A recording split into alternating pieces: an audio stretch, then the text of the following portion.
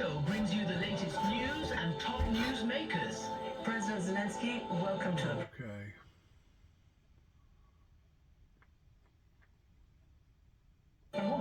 And as of Muslim woman, this is not Islam. It's crucial we make sense of what's happening. How can your country say it's lost nothing? You can ask either the president or his spokesman. And fully understand what's at stake. Wait a minute, is Ukraine failing? No, we are not failing. We are moving forward. We're calling this the reunion of the peacemakers.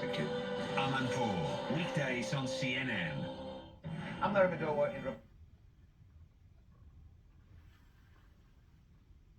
affair. The results will determine who will be the self-governing island state's leader. It is a three-way race for president with no clear favorite. The closely watched election comes amid growing tensions with China, which has worried some voters.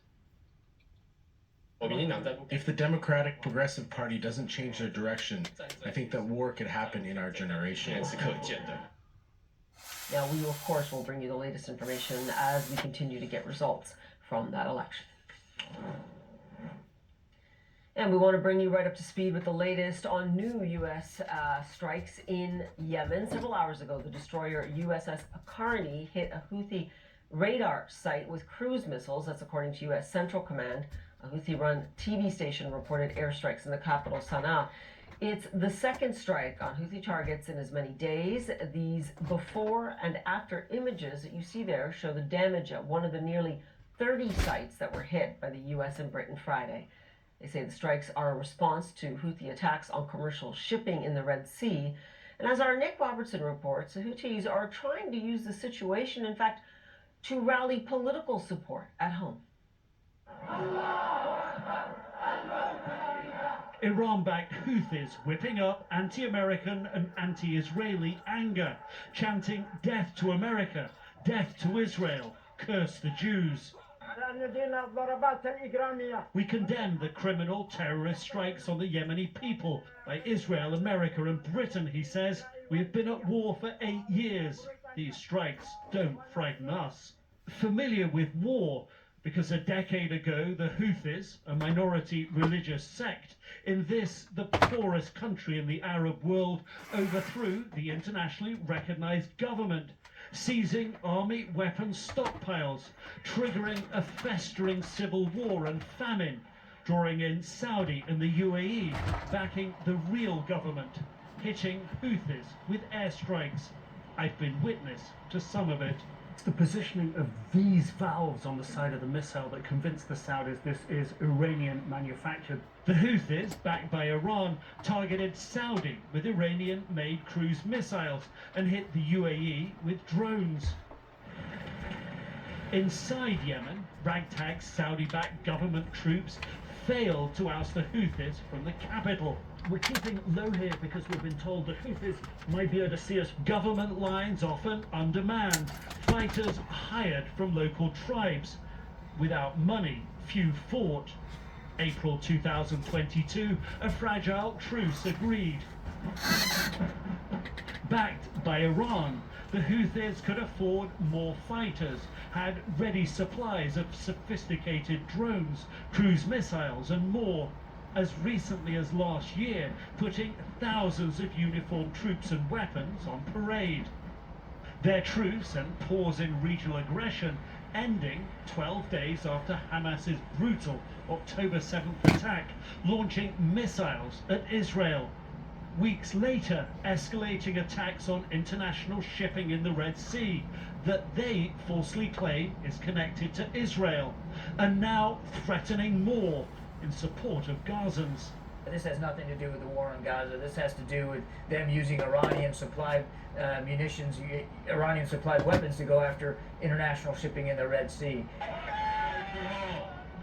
Iran and its regional proxies, including Hamas and Hezbollah, accusing the US and the UK of escalating regional tensions to help Israel, while America's regional partners, Saudi and the UAE, worry about escalation, a potential return to Houthi attacks on them.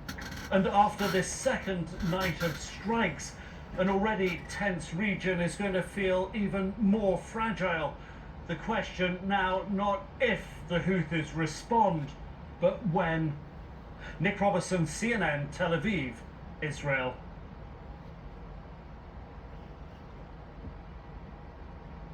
There's going to be some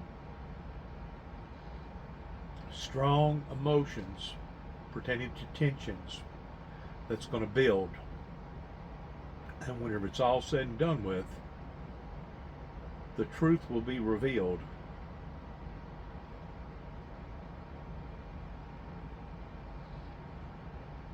The truth will be revealed in the disguised moment that formigated 9/11.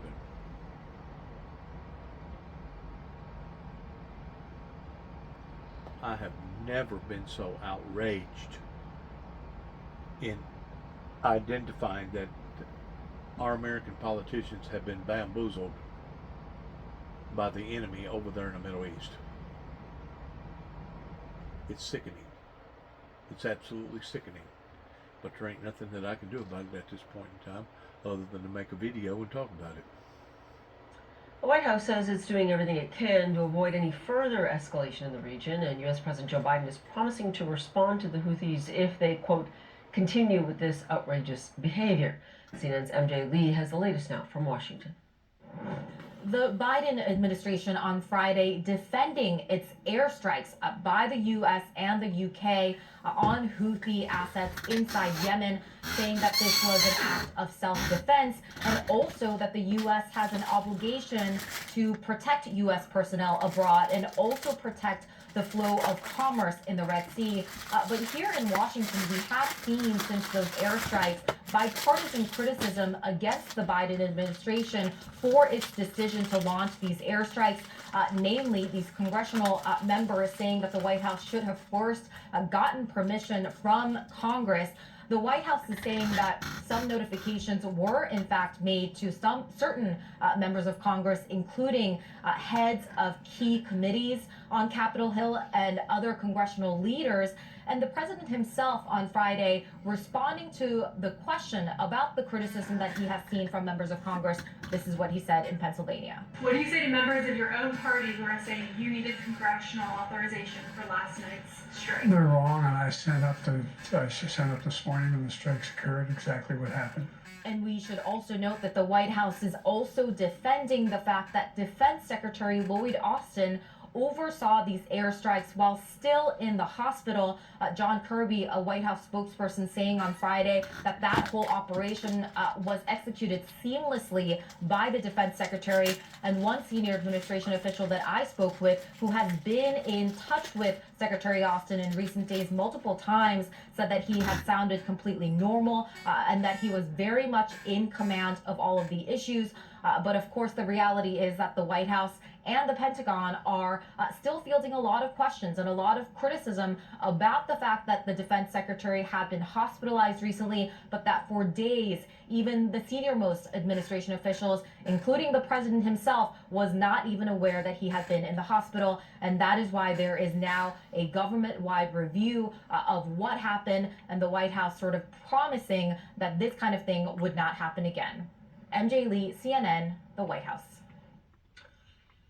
The U.S. Navy is searching for 2 sailors who were reported missing off the coast of Somalia. U.S. Central Command says the sailors were conducting operations Thursday, but no additional word on exactly what the sailors were doing when they went missing.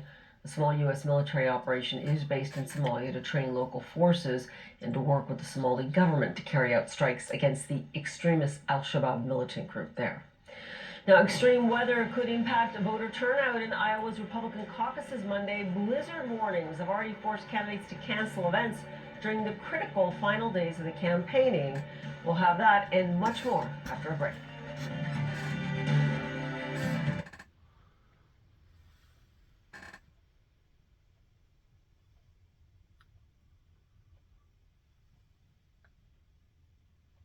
With a recent wave of police kidnappings, explosions, and prison disturbances, including the escape of one of Ecuador's most powerful drug lords earlier this week. Officials say at least 2 police officers have been killed during the ongoing violence. To Italy now, where outrage is growing over a viral video showing a massive crowd of men raising their arms in a fascist salute. It happened last week in the Italian capital. Barbie Nadeau joins us now from Rome. And Barbie, safe to say, I mean, the video is absolutely chilling. And safe to say it is still having an effect on those who see it in Italy. Is there any indication that the Prime Minister will forcefully condemn this? No, we really don't have an indication that she will. And it's a very delicate topic for her. This happened in front of her former political party, which is the neo-fascist party here that has been dissolved. It no longer exists. But every year they commemorate the death of 3 young activists in front of this party headquarters. 2 of them were killed in front of the party headquarters by left-wing extremists in 1978, and another was killed by police in riots that happened after that. So this particular commemoration, including this fascist salute by all of these people, happens every year, no matter who's in charge, whether it's left-wing government or right-wing government like we have right now under Giorgia Meloni. She didn't condemn it. In fact, she said that the gratuitous attacks surrounding it were just unnecessary because her government is doing so well. So I don't imagine she's going to say any more. It would be very delicate for her to do that. Could distance her from her base. She's got a very right-wing base. It happened a week ago, but the thing that's important here is it happens every year, including this fascist salute. And that is something that, is being debated in this country, and greater Europe is going to be taking it up next week, Tuesday. Yeah, and some have mentioned that what happened there may have actually been against the law. Do we know if prosecutors are considering any charges?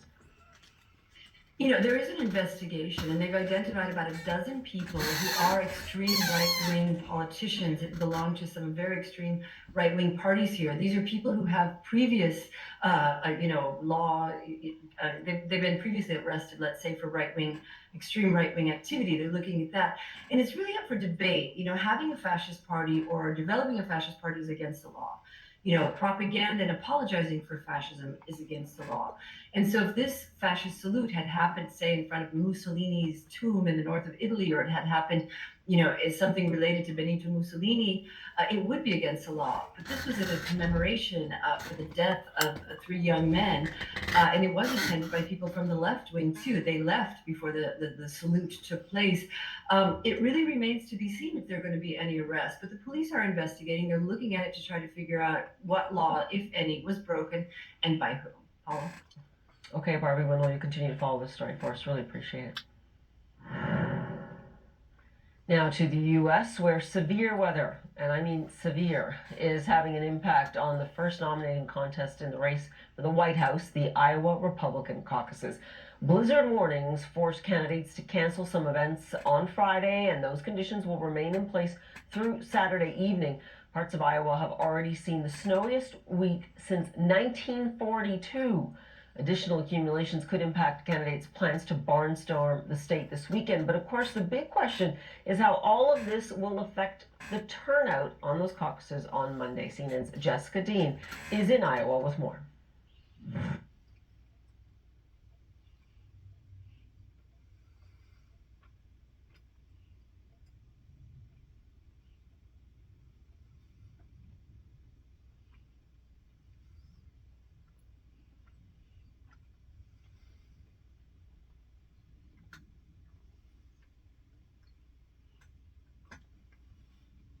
Historic occasion. A new year, a new era for Denmark and for one of the world's oldest monarchies. Queen Margrethe II will end her reign of more than half a century. A shock decision delivered in a live address to the Danish people on New Year's Eve. I have decided that now is the right time. On the 14th of January 2024, 52 years after I succeeded my beloved father, I will step down as Queen of Denmark. Denmark's ruler became Europe's longest reigning monarch after the death of Britain's Queen Elizabeth in 2022. Queen Margrethe put the decision down to her fragile health. Recent surgeries on her back have limited her royal duties. The time takes its toll, and the number of ailments increases. One cannot undertake as much as one managed in the past. That sense of duty won the hearts of the Danish people and drew comparisons to Queen Elizabeth, to whom Margrethe looked to for some inspiration. Danish Prime Minister Mette Frederiksen was quick to praise the only monarch that many Danes will ever have known. On behalf of the entire population, I'd like to extend a heartfelt thank you to Her Majesty the Queen for her lifelong dedication and tireless efforts for the kingdom, Frederiksen wrote in a statement. Like other constitutional monarchies, the Danish sovereign stays above politics, but feathers can be ruffled. In 2022, the Queen removed the titles of Prince and Princess from the children of her second son, Prince Joachim. It was an effort to reduce the royal establishment and allow her grandkids more privacy. But Prince Joachim went public with his 4 children's hurt feelings, and Queen Margrethe later apologised, but did not change her decision. There is more pressure on the young people of today than there was when I was a child. Margrethe's decision to abdicate places the weight of the crown upon her eldest son's head, Prince Frederick, a man equally faithful to the crown, but with a slightly more reserved public persona. Frederick will rule alongside his Australian-born wife, Princess Mary. The royal couple met at a bar in Sydney during the 2000 Olympics. Mary Donaldson, a marketing executive from Tasmania, swept into a fairy tale. I really like her very much indeed, and she, I hope, knows that and feels that.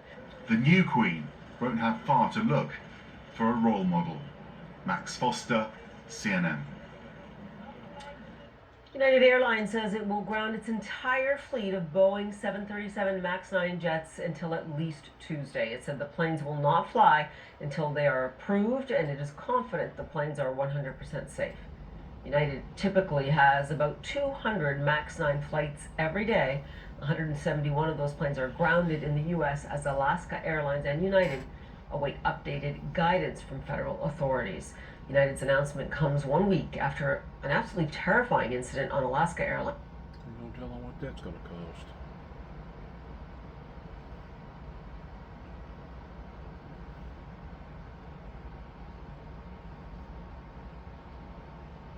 A foot of snow in some parts. Wind chill warnings are in effect until Tuesday.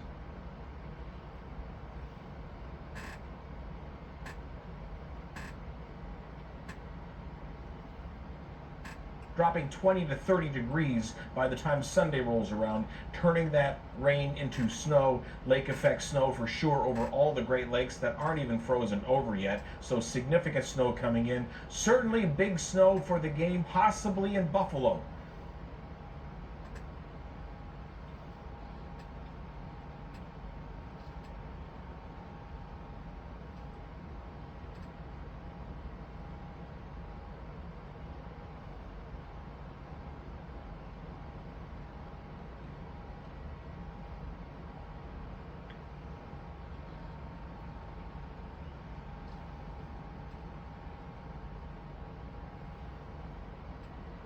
British accents.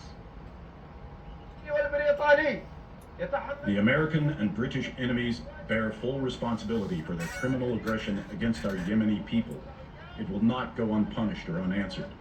The Yemeni armed forces will not hesitate to target threatening sources and all hostile targets on land and sea in order to defend Yemen, its sovereignty and independence. But the U.S. defended the strikes as perfectly legal under international law. This is how the U.S. ambassador made that case at the UN Security Council on Friday. The aim of these strikes was to disrupt and degrade the Houthis' ability to continue their reckless attacks against vessels and commercial shipping in the Red Sea and the Gulf of Aden. These strikes were necessary and they were proportionate. The United States does not desire more conflict in a region already plagued by so much of it. Our aim is simple: to de-escalate tensions and restore stability in the Red Sea while upholding the fundamental principles of freedom of navigation. UN Secretary General Antonio Guterres called the Houthi attacks on shipping unacceptable. He also said the countries defending their ships must respect international law and avoid escalation.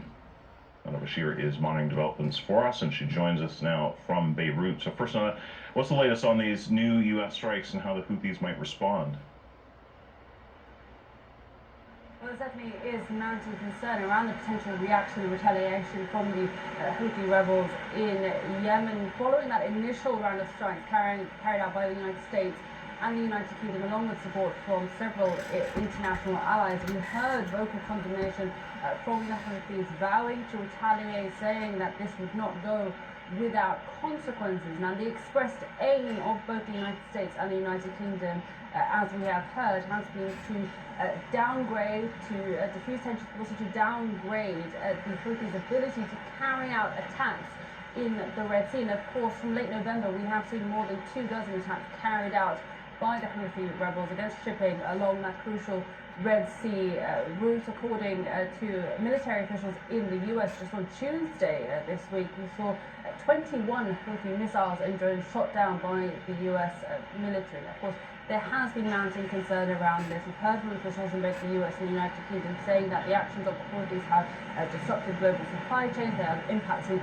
global economies, and the US says it is putting lives at risk, and that these strikes were a legitimate attempt to prevent any further risks to life in the region, and of course the US's crucial assets in the region. Now, we did see the Houthis retaliate somewhat. There was an attempted strike on at least one anti-ship ballistic missile fired following that round of strikes, which targeted 60 assets around 16 locations in Yemen overnight Thursday into Friday. It remains to be seen the extent to which these strikes carried out by the US and the United Kingdom have been successful in downgrading or at least slowing down the Houthis' ability to carry out such attacks. We have, of course, seen the US now this time unilaterally carrying out further strikes, of course, on a smaller scale. This has drawn some condemnation around the region, although there has been concern around the Houthis' ability not only to disrupt the situation in the Red Sea, but also potentially to carry out further attacks. We've seen the Houthis broadening out their attacks in the past, targeting the likes of Saudi Arabia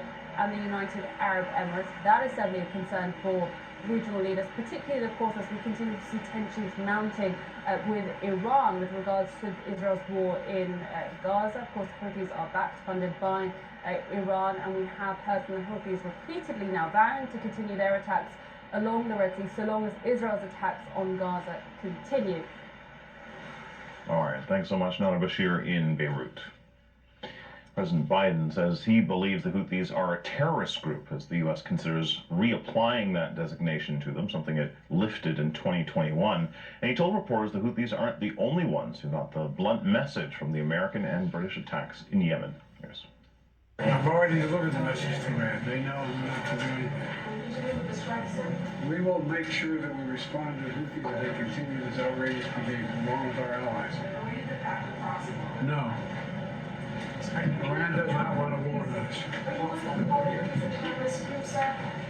I think they are. In Iran on Friday, protesters burned makeshift U.S., Israeli, and British flags to show support for the Houthis in Yemen and to condemn the strikes. And in Yemen, huge crowds gathered in the capital city of Sana'a to protest the strikes. The head of the Houthis' Supreme Revolutionary Committee urged the U.S. and U.K. to go back to their country and fight racism instead of protecting Israeli ships. Joining me now is Stephen Collinson, a senior reporter for CNN Politics covering the White House. Great to have you on. So first, on the timing of all of this, why did President Biden choose to act now? What was on the line in terms of U.S. credibility, say? I think strategically it had gotten to a point where you were having these continuous barrages of drones and missile strikes towards commercial shipping in the Red Sea. This clearly is a very important international sea lane. It's very important to the world economy.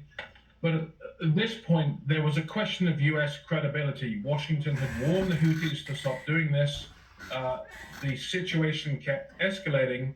So it was time really for the U.S. to enforce a red line. And this was seen by the White House as not just a signal to the Houthis, but to other Iranian proxies around the Middle East that have upped their activity following the U.S. war, the Israeli war in Gaza, that the US would act to protect its interests. This is something that the White House had tried not to do for weeks. It has been trying to avoid a widening of this war. It got to a point, I think, where deterrence needed to be reestablished. And I think the White House is hoping that this kind of action, although it did escalate the situation, ultimately will prevent the wider spreading of this war that everyone in Washington fears. Yeah, exactly. But, speaking of Washington, politically, Biden's being criticized by Republicans for not acting sooner. It would be for them another example in the narrative they've been weaving since the start of his administration that the world doesn't take Biden and therefore the U.S. seriously. Will, launching these strikes help at all politically, do you think, to blunt that particular line of attack? I think this is one of those situations when, as a president, you're presented with a lot of options, none of which are very good in terms of their outcome strategically or indeed politically. You have some Republicans, for example, Nikki Haley and Ron DeSantis, two of the Republican candidates vying in the Iowa caucuses, which take place on Monday night, the first nominating contest of the 2024 election season. They say that Biden should have acted sooner. They accuse him of being weak towards Iran. Former President Donald Trump, the favorite to win the Iowa caucuses, is taking a slightly different tack in line with his Make America Great isolationism. He put up a post on social media today questioning why the U.S. was now getting sucked into another Middle Eastern conflict and accusing Biden of being weak in that sense. Biden also has a problem on his left in his own party. His coalition of younger voters has been particularly tested by the war in Gaza. The heavy numbers of Palestinian casualties have really caused younger progressive voters to turn against Israel and Biden's strong support for the Israeli government. Some of the key figures on the left in the Democratic Party have criticized Biden for actually taking the strikes, arguing that he exceeded his authority of president and he should have gone to Congress for a declaration of war and that he's infringed the Constitution. So really, it's a very difficult political situation for the president. His credibility and his global authority was on the line, but now he's acted, he's getting even more criticism. I think that's basically the reality of the job of the presidency. But in an election year, especially one where Biden has a tough race to get a second term in the White House, it's very difficult for him. Finally, as you say, I mean, it's in a way a no-win situation for President Biden, a tough balancing act for him. How much will domestic politics in an election year play into his decision-making going forward? Well, the president really does not want to get embroiled in a wider Middle Eastern war, not just for political reasons, but for national security reasons, of course, as well. But an intensification of fighting in the Middle East is not the kind of message he wants to send to voters. I think you've seen the effect of the politics in the United States in the way that Washington and the Biden administration, traveling officials have really increased pressure on Israel to tone down the intensity of their operation in Gaza. As I mentioned, the younger progressive voters that Biden needs to show up in his coalition in critical swing states in November, they're not taking kindly to his support of the Netanyahu government. Listen, we'll have to leave it there. Really appreciate your analysis, Stephen Collinson. Thank you so much for speaking with us. Thanks. Extreme weather could affect voter turnouts in Iowa's Republican caucuses on Monday. Blizzard warnings have already forced candidates to cancel events during the critical final days of campaigning. That's next. Stay with us.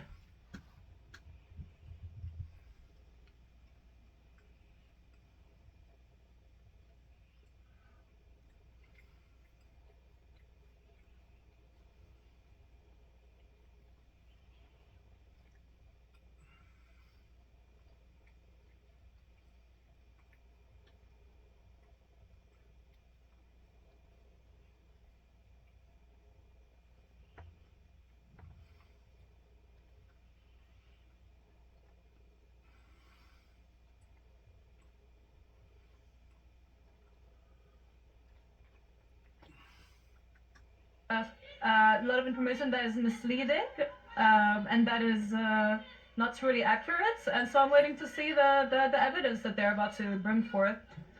Nearby, pro-Israel supporters had laid a table for Shabbat with places set for hostages still inside Gaza. On October 7th, Israel was under attack. People were killed, murdered, butchered, raped, burned alive. And today, we are the ones who are supposed to give explanations? It's unbelievable.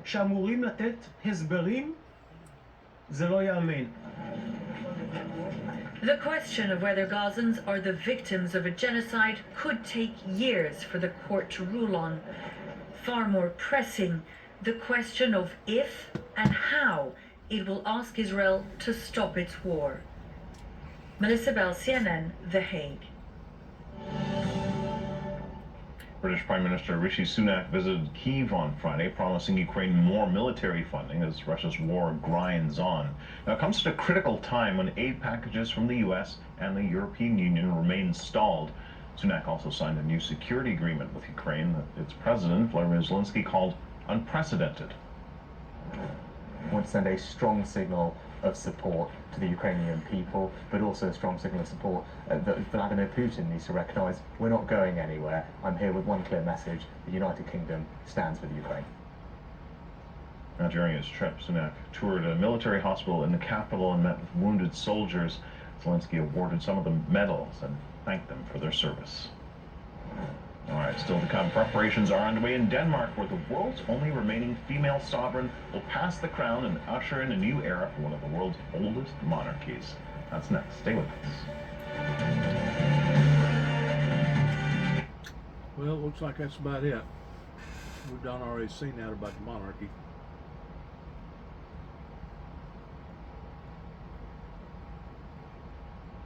Countries say it's lost nothing. You can ask either the president or his spokesman and fully understand what's at stake. Wait a minute, is Ukraine failing? No, we are not failing. We're moving forward. We're calling this the reunion and the peacemaker. Thank you. Amanpour, weekdays on CNN. I'm Jim Bitterman in Paris, and this is CNN.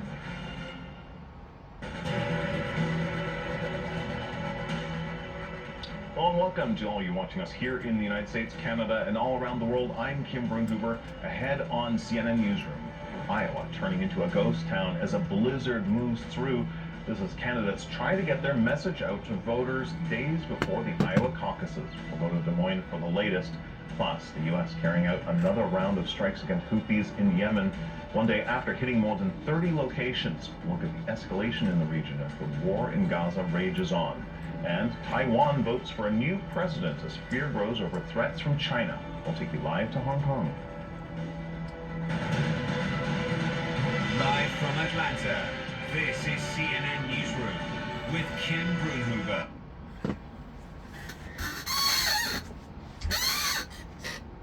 It's a mess. Told them that there was going to be piracy, attacking ships. Nobody listened. Good luck to all of us.